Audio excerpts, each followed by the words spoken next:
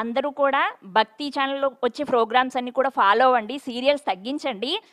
భక్తి మార్గంలో ఉంటూ లలిత, విష్ణు అవి చదువుకుంటూ ఆ భక్తి ఛానల్ పెట్టుకుని మనం పని కనుక చేస్తే మనకు చాలా ప్రశాంతంగా ఉంటది.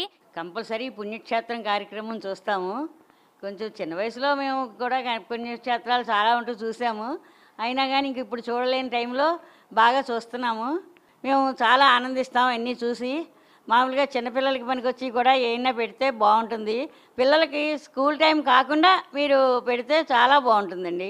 మేము భక్తి టీవీలో చాలా ప్రోగ్రాంలు అంటే ప్రవచనాలు, అలాగే దేశంలో ఉన్న ఎన్నో దేవాలయాల్ని దర్శించేలాగా, మనం నిజంగా చెప్పాలి అంటే ఆ దేవాలయానికి వెళ్తే అంత దగ్గరగా కూడా దైవ దర్శనం జరగదు. అలాంటి దాన్ని కూడా భక్తి టీవీలో ఎంతో చక్కగా ఆ ప్లేస్కి వెళ్ళి చూపించేలాగా చూపిస్తూ ఉంటారు. శుభం భవతి కళ్యాణి ఆరోగ్యం ధన సంపద మమ శత్రు వినాశాయ సాయం జ్యోతి నమోస్తుతే. ఈ శ్లోకం మా అత్తగారు భక్తి ఛానల్లో నేర్చుకుని మాకు నేర్పారు. నేను మా కోడలు నేర్పాను. ఇది అందరూ నేర్చుకుని అందరూ చదువుకొని సంధ్యాదీపాన్ని పెట్టుకోండి. భక్తి టీవీలో కూడా చెప్తున్నారు ఇలాగా మారేడు, నేరేడు, మర్రి, వేప మొత్తం 11 రకాల మొక్కలండి. ఆ మొక్కలకి రోజు 108 ప్రదక్షిణాలు చేస్తానండి. అది దానివల్ల నాకేంటంటే ఆరోగ్యం బాగుంది, చాలా చాలా బాగుందండి.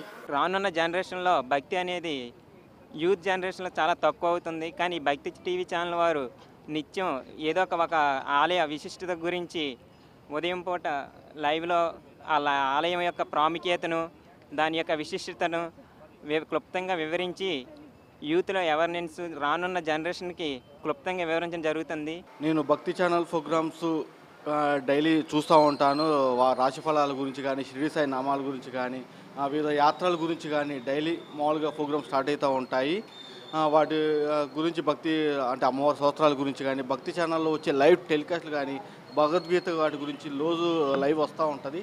వాటి వినటం వల్ల మనసుకు ప్రశాంతంగాను, భక్తి ప్రోగ్రామ్స్లో వచ్చే ఛానల్స్ కానీ ఆధ్యాత్మిక విషయాల గురించి కానీ మనం ఎంతగానో ఉపయోగపడాలి. అంటే మన పాత జనరేషన్కి కాకుండా ఇప్పుడు వచ్చే పెద్దవాళ్ళకి కానీ పిల్లలకు కానీ ఈ భక్తి వాటి గురించి వివరించడం వల్ల చాలా ఉపయోగం ఉంది.